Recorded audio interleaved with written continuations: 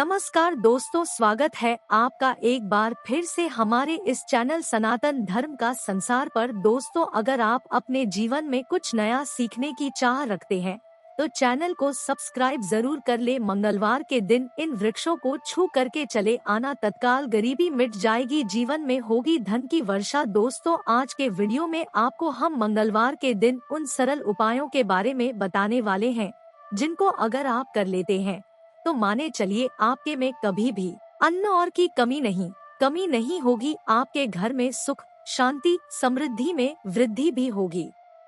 दोस्त, तो ज्येष्ठ महीने का पहला मंगलवार के दिन हमारे हिंदू धर्म में बहुत ही ज्यादा विशेष महत्व बताया गया है। अगर मंगलवार के दिन आप कुछ वृक्षों को छू कर के चले आते हैं तो मान के चलिए आपके जन्म जन्मांतर की गरीबी, कष्ट, समस्याओं से आपको मुक्ति मिल जाएगी। आपकी जो भी मनोकामना होगी वो जरूर ही पूरी होगी। दोस्तों, मंगलवार का दिन एक बहुत ही शुभ समझा गया है। ज्येष्ठ महीने का पहला मंगलवार इस बार 9 मई 2023 दिन गुरुवार को पड़ रही है। बता दें, इस दिन अमृत सिद्धि योग, ब्रह्मा योग, इंद्र योग, ऐसे कुल 52 तरीके के नए योग बन रहे हैं। आपको बता दें, कुछ ऐसे वृक्षों के बारे में हमारे धर्मशास्त्र में बताया गया है जिसमें ज्येष्ठ महीने का पहला मंगलवार के दिन ब्रह्मांड की महासर्वा शक्तिशाली शक्तियों का वास होता है। अगर सही मुहूर्त पर वृक्षों को आप छू करके चले आते हैं तो मान के चलिए दोस्तों, अगर आप अपने जीवन में किसी भी तरह की परेशानी से परेशान थे, दरिद्रता आपके पीछे पड़ी हुई थी, समस्याओं ने आपको था, इन तरह की परेशानियों से आपको मुक्ति मिल जाएगी। दूसरी तरफ आपकी कैसी भी मनोकामना हो, जैसे अगर आप नौकरी की तैयारी के थक चुके थे, आपकी नौकरी लग जाएगी, आपका बंद पड़ा व्यापार चल पड़ेगा, आपके पास जो धन आना बंद हो गया था धन आना शुरू हो जाएगा, जो आपके पास बेफिजूल खर्ची थी बेफिजूल खर्ची रुक जाएगी और आपके धन में वृद्धि भी होगी। जिस कार्य को भी आप शुरू करेंगे उस कार्य आपको सफलता हासिल होगी। ध्यान रखिएगा दोस्तों, जिन वृक्षों के बारे में हम आपको बताने रहे हैं, धर्मशास्त्र के हिसाब से ये पावन वृक्ष है।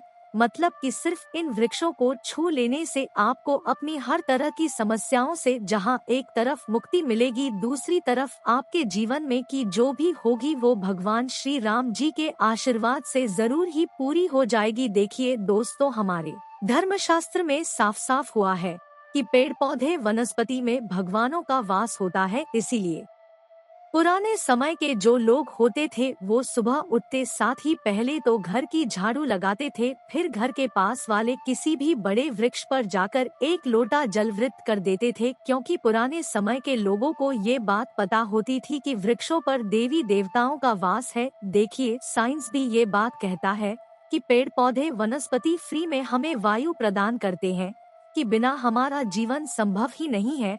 हर व्यक्ति ये बात जानता है और आप भी ये बात जानते होंगे कि एक मानव कार्बन डाइऑक्साइड को छोड़ता है।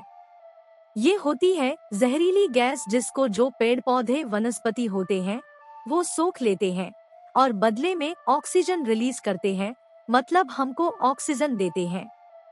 इसी तरह से आप अपने जीवन में समस्याओं से घिरे हुए हैं, नकारात्मक शक्तियों ने आपको घेर लिया है और आप इन देव वृक्षों को छू लेते हैं तो बस इन वृक्षों को छूने भर से मान के चलिए आपकी नकारात्मक शक्तियां वह पेड़ पौधे सोख लेंगे और आपके जीवन में सकारात्मक ऊर्जा का वास ला देंगे। दोस्तों, ग्रंथों में भी बताया गया है कि ज्येष्ठ महीने का पहला मंगलवार के दिन कुछ ऐसे वृक्ष हैं जिन पर साक्षात भगवान श्री राम, माता और ब्रह्मांड की कई सर्वशक्तिशाली शक्तियों का वास होता है।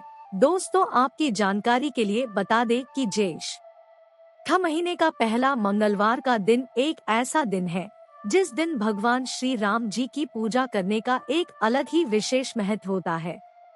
इस दिन माता रानी जी के नवमी स्वरूप सिद्धिदात्री जी की भी पूजा पाठ की जाती है। नवमी का दिन इसलिए भी विशेष हो जाता है क्योंकि भगवान श्री राम, माता सिद्धिदात्री जी की पूजा के साथ दिन कन्या पूजन भी होता है। कन्या पूजन के बारे में आपको एक बात दोस्तों कहा गया है कि अगर आप नवरात्रि के 9 दिन व्रत रख रहे हैं, पूजा पाठ कर रहे हैं, तो माता रानी जी इससे ज्यादा आपकी कन्या पूजन में खुश होती है। मतलब एक तरफ आप व्रत रख लीजिए, पूजा पाठ कर लीजिए और एक तरफ आप अच्छे से कन्या पूजन कर लीजिए। माता रानी जी आपकी कन्या पूजन से प्रसन्न होकर तुरंत ही आपको आशीर्वाद दे देती है। इसी ज्येष्ठ महीने का पहला मंगलवार का दिन और भी ज्यादा विशेष और महत्वपूर्ण हो जाता है। वीडियो को मिस मत कीजिएगा दोस्तों, क्योंकि यह वीडियो के लिए नहीं, आपके पूरे परिवार के लिए बहुत ही ज्यादा लाभदायक हो सकता है। क्योंकि जिन वृक्षों के बारे में हम आपको बताने आ रहे हैं, सिर्फ ज्येष्ठ महीने का पहला मंगलवार के दिन इन पर ब्रह्मांड की महासर्वशक्तिशाली शक्तियों के साथ माता रानी जी का वास होता है। और इन वृक्षों को अगर आपने छू लिया हो, ये सी पूजा पाठ कर ले जिसके बारे में वीडियो में हम आपको बताने वाले हैं, तो मान के चलिए दोस्तों, आपके जीवन का हर कष्ट हो जाएगा खत्म और आपके जीवन की हर मनोकामना होगी पूरी। इसलिए अगर आप भी चाहते हैं कि भगवान श्री राम और माता रानी जी के आशीर्वाद से आप अपने जीवन में बहुत ही तरक्की करें, कभी भी आपको अपने जीवन में किसी भी तरह की परेशानी का सामना ना करना पड़े, आप जीवन में जिस कार्य को भी उस कार्य में आपको सफलता हासिल हो, तो पूरी सच्ची श्रद्धा और पूरे विश्वास के साथ पहले तो इस वीडियो को लाइक कर दीजिए और कमेंट बॉक्स में लिख दीजिए जय श्री राम, जय माता दी। एक काम कीजिएगा, कमेंट बॉक्स में अपनी राशि डालना मत भूलिएगा, ताकि आपकी राशि के अनुसार हमको कोई भी ऐसा उपाय पता चलता है जिस उपाय से आपको ज्येष्ठ महीने का पहला मंगलवार के दिन कोई भी लाभ पहुंच सकता है, वो हम आपको आपके कमेंट, आपके रिप्लाई के माध्यम बता देंगे। तो सबसे पहले तो आप वीडियो लाइक कर दीजिए और अपनी राशि कमेंट बॉक्स में डालना मत भूलिएगा। सबसे पहला वृक्ष जो आपको नवमी के दिन जरूर छू कर के आना है, वह है बेल का वृक्ष। बिल्कुल सही सुना आप लोगों ने दोस्तों, बेल वृक्ष एक ऐसा वृक्ष है जिसके प्रत्येक पत्ते में माता पार्वती जी का वास होता है। इस वृक्ष में आपको भगवान भोलेनाथ जी का वास मिल जाएगा। बेल वृक्ष की जड़ में ब्रह्मा जी का वास होता है। कहा जाता है बेल वृक्ष की जड़ में स्वर्ग तक बसता है। तो आपको बस यहाँ करना है दोस्तों, एक लोटा जल ले लीजिए, एक लोटे जल में 2-4 बूंद गंगा जल डाल दीजिए। गंगा जल मार्केट में बड़ी आराम से मिल जाता है। घर के पास वाले किसी भी बेल के पेड़ के पास चले जाएं, आपको एक लोटा जल अर्पित करने बेल वृक्ष को छूना है और अपने घर पर चले आना है। सिर्फ इतना भर अगर आप कर ले तो मान के पूरे साल आप रोग मुक्त रहेंगे, बीमारियों से आप लोग बचे रहेंगे। और मान लीजिए किसी बीमारी ने आपको जकड़ भी लिया था, धर लिया था, उस तरह की बीमारी से आपको मुक्ति मिल जाएगी, क्योंकि यहाँ पर आपको साक्षात महादेव जी का आशीर्वाद मिल रहा है। तो दोस्तों, बेल वृक्ष को छूना मत भूलिएगा। दूसरा वृक्ष जिसको आपको जरूर ही छूना है और भूलना नहीं है, वह है पीपल का वृक्ष। एक बात ध्यान, वृक्षों का राजा पीपल वृक्ष को, पीपल वृक्ष पर साक्षात भगवान विष्णु और माता लक्ष्मी जी का वास होता है। और पीपल वृक्ष जो है दोस्तों, उसमें भगवान हनुमान जी महाराज भी बचते हैं और इसमें कई तरह के देवी देवताओं का वास होता है। तो आपको बस यह करना है कि ज्येष्ठ महीने का पहला मंगलवार के दिन घर के पास वाले किसी भी पीपल वृक्ष पर जाना है। पहले तो आप लोगों को ये सुबह के वक्त करना है।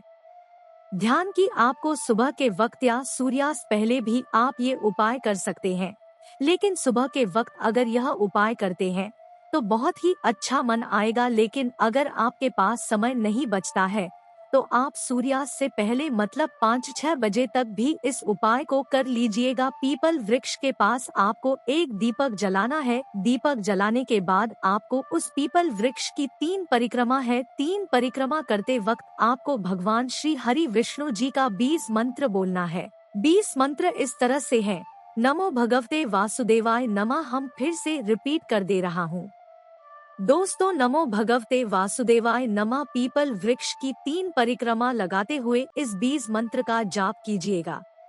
अब इससे फायदा आपको क्या होगा तो बता दे, आपके राहु केतु जो होते हैं वो भगवान श्री हरि विष्णु जी के हाथ होते हैं। अगर आपने इतना कर दिया तो आपके राहु केतु हमेशा आपका साथ देंगे और अपने जिस कार्य को भी शुरू करेंगे उस कार्य में आपको सफलता हासिल होगी। आप अपने जीवन में बहुत ही आगे जाएंगे और समझा जाता है कि जो व्यक्ति भगवान श्री विष्णु जी का आशीर्वाद हासिल कर लेता है, माता लक्ष्मी जी का भी उसको आशीर्वाद मिलता है और उस व्यक्ति के जीवन में धन खींचा हुआ चला आता है। तीसरा वृक्ष को जरूर कि आपको छूना है। सूर्यास्त से पहले वह नींद का वृक्ष, बिल्कुल सही सुना आप लोगों ने। एक बात का ध्यान रखिएगा, नवरात्रि के समय नींद के वृक्ष में माता रानी जी के 9 स्वरूप वास करते हैं। कहा जाता है कि के वृक्ष को अगर आप लोग नवरात्रि के दिन या मंगलवार के दिन छू करके चले आते हैं तो इससे आपका घर जो है वो हमेशा सुरक्षित रहता है।